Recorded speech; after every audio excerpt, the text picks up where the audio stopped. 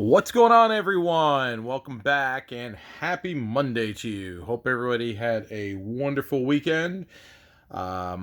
Weekend was short as usual, but gosh, it got really hot really fast. I know most of the country right now is dealing with quite a bit of heat and humidity.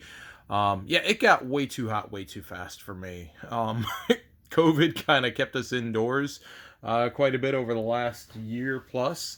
But man, went out this weekend to a baseball game for the first time officially, and holy crap, it was hot. I was wearing a dark colored t-shirt and some jeans, and man, just standing in line it got me quite heated up. But it was good. It was good being back out, and hopefully, as we go into the summer now, I can start getting back out to some ball games and really kind of getting back to some normalcy. Well, speaking of normalcy, we got some returns here. So Monday's good to us today. We got 3 returns that come back, 1 big package, and 2 basic returns.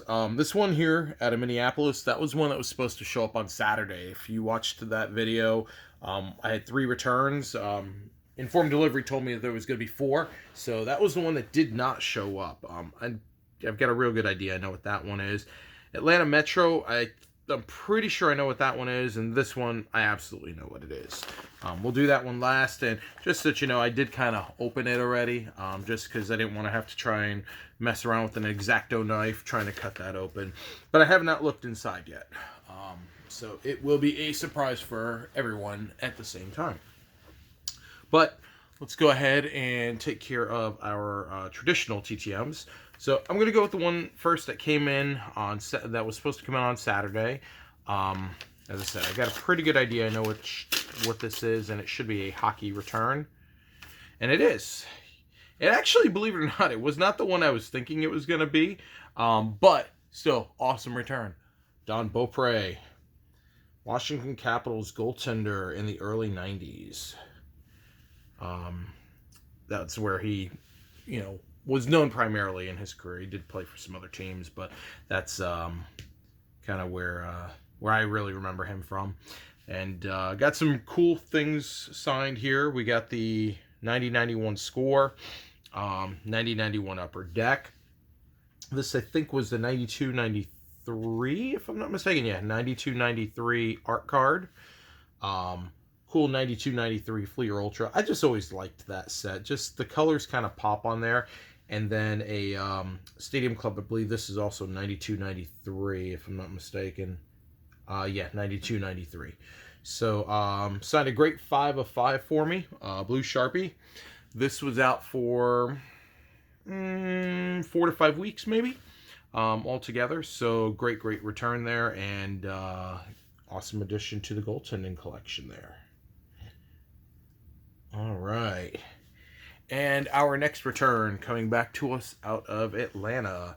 Actually, what I thought that this one might be, might not be. I was thinking that this was a baseball return, but now just kind of feeling the envelope, it's kind of thin, so I don't know if this actually is that return or if this is something else. No, okay, it is what I thought it was. Paul Ossenbacher signed 3 for me. Part of it is that card, that old school Durham Bulls card is so thin. And I think maybe I only sent 3 because I believe that's his limit, is 3. So 89 upper deck, 89 Fleer, and 85 maybe? Yeah, 85 Durham Bulls card. Actually, I picked that up at a show back earlier in the year because I knew that Ossenbacher was doing TTMs, and guy had a stack of cards, a dime a piece, and picked that up for a dime. I'm like, all right, that's not a card you see every day. I mean, really, anytime you can get some cool minor league stuff out of like dime boxes is always good, just because the cost of the set itself, if you can pick and choose out what you want, it's a great way to do that. So a nice 3 of 3. These were out for probably 3 to 4 weeks or so. All right, so let's do the recap of our cards, because I'm going to need a little bit of space here for the other return that came. So for our cards, TTM wise, We ended up 2 for 2 on the day. A 5 of 5 return from Don Beaupre and 3 of 3 from Paul Ausenbacher. So total of 8 autographs. So not bad. Almost hit double digits. But wait, there's more. Did we hit double digits? That's going to be the true test here. All right, on to our package. So I've kind of hinted the last couple weeks that, I was hoping there would be some stuff that was going to be coming back. Some cool things. So this is one of them, and I've been keeping an eye on the tracking with this, and I saw over the weekend that it turned over, that it was on its way back to me. So it actually came in a day earlier than expected. Originally, the tracking was showing it was going to show up Tuesday, but instead, here we are Monday.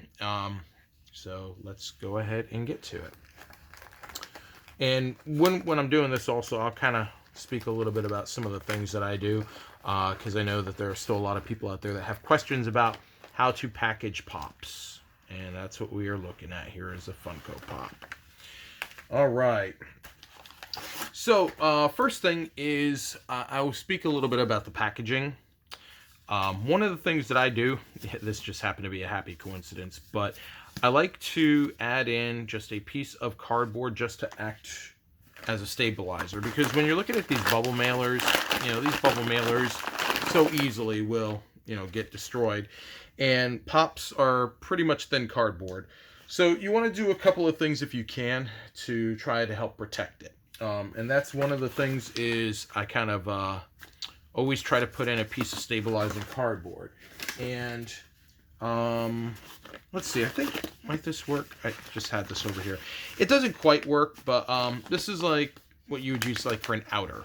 So let's say you were going to send some stuff out. You don't put your cardboard inside of the one that's going outbound.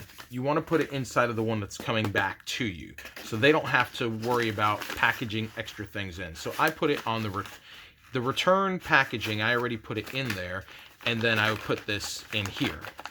And then I put like the pops would be here, so you kind of want to separate everything out, and so that when you get to this, all they have to do is just drop it in, seal it, and then go. But this works great because it doesn't really add any weight to it. And I always try to use, if you can see good there, a 2-ply cardboard, just because it'll keep it from really bending in any given direction. And I just cut this just with an X-Acto knife to get it down to the size I need. It doesn't have to take up the whole thing. And you can see here, if you kind of look at the dimensions on here, it doesn't go all the way in any one direction. But you just kind of want to have it so that you can have it in there and kind of keep your mailman from just, going like this and shoving it in. So, and that's exactly what I was able to avoid with this.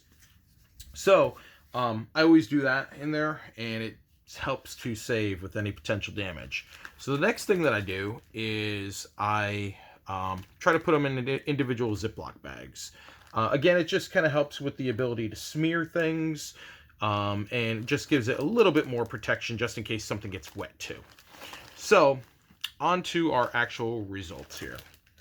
So what we are looking at here, and let me get this opened up, is our return back from Richard Petty, the King. So, full disclosure, this is that second time that I've sent out to him with the Funko Pops. And I had to kind of do that because for those of you that had watched the previous video, he signed it on the side panel instead of the front, and he signed it upside down. So, you can see there are a couple things that I did here. Asked to please sign in the window. Which end was up? Thank you for signing. I always like to write something on here. And just so that it avoided it, I wrote on the back there. So pretty much it took away any spot for him to sign except for that.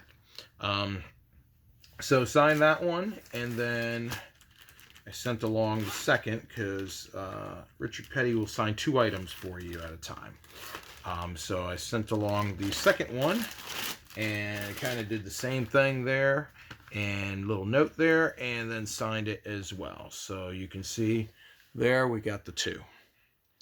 So much, much better results than what we had the last time with it. So really, really stoked to get that back. Now, what I'll end up doing later is, I'll peel all the tape off of here, and then I'll get the box reformed up and then put the guts back in there, and then we're good to go. Um, Couple things to kind of be aware of, and I'll show a little bit of this here. So um, you can see where I kind of went through and I kind of taped off here. Um, what I try to do when I'm sending out the pops, and I don't know how other people do it, but I want to try and avoid any overlap onto the cardboard itself. So I tape here and here exactly to the line between the cardboard and the tape, and then I try to run the cardboard or run the tape right up to the edge there on the fold. So really try to minimize the area there. But what you'll see here, and let's see, I should be able to do this okay here, is when I go through, I try to cover up the little cartoon of the pop as well. I know that it's not always feasible to do that, especially if somebody is getting a pop signed in person. But in a case like this, I like to just try to cover up the graphic there so that it just stays clean. There's a nice separation between the graphic and the autograph there. So it just shows up a lot nicer with it that way, and it just kind of eliminates out any possibility of there being any signature on the cardboard itself. It just kind of keeps it onto the plastic itself, and you can see right there, that's where it has that little pop bubble, it says Pop Sports or whatever. So just kind of clean all that up. The one thing I didn't mess with was the little NASCAR hologram there, so I'm not going to worry about that. But when you start peeling this away, it comes right off. You just want to make sure you're going kind of slow when you're doing it, and for sure when you get down towards the edges, you want to take it slow, because where there is some nakedness, like you might be able to see just a little bit there, there's just a little hint of white there on the tape. And let's see, I think you can see it there. But that's coming right from one of the corners there. So the one thing you don't want to do is you don't just want to go and start just pulling this stuff off just as quickly as possible like it's nothing, because you will end up giving yourself a tear. I do have one pop that I got signed through the mail that actually happened, where I just went a little bit too fast. And it's nothing major, but it was like on one of the little flaps area, like kind of like right down in there, there's a little tiny tear away. I mean, nobody even knows it would be there. It doesn't detract at all, but still, just the OCD nature of it says that, I want to make sure that it all looks great. So, yeah, awesome return, though, back from the King himself, Richard Petty. So, we got the 2 of 2 there, and just to do that full recap, we got our 5 of 5 from Don Beaupre, and 3 of 3 back from Paul Ossenmacher. So that does bring us up to a grand total of 10 graphs on the day. So great stuff there. I'm really stoked to have a good Richard Petty in the collection now, because it ate at me to have that signed upside down on the side panel. If it was on the side panel and it was right side up, I would have been fine with it. But the upside down on that just drove me bananas, and I had to get another one to send out there. So cool addition to the pop collection there. And now that things are kind of getting back up and running here, I'm hoping that as we go through the summer, some of the cons and stuff, that I'll hopefully get a couple more pops signed, and I'll be sure to share with you guys.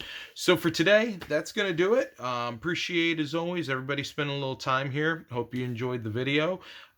Certainly drop in any comments or questions that you'd like. I will do my best to answer anything I can for you.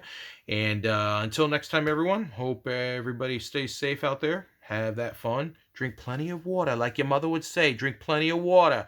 You don't want to get dehydrated during the summer. And hope your mailboxes are staying full of ink. So until next time, everybody, see ya.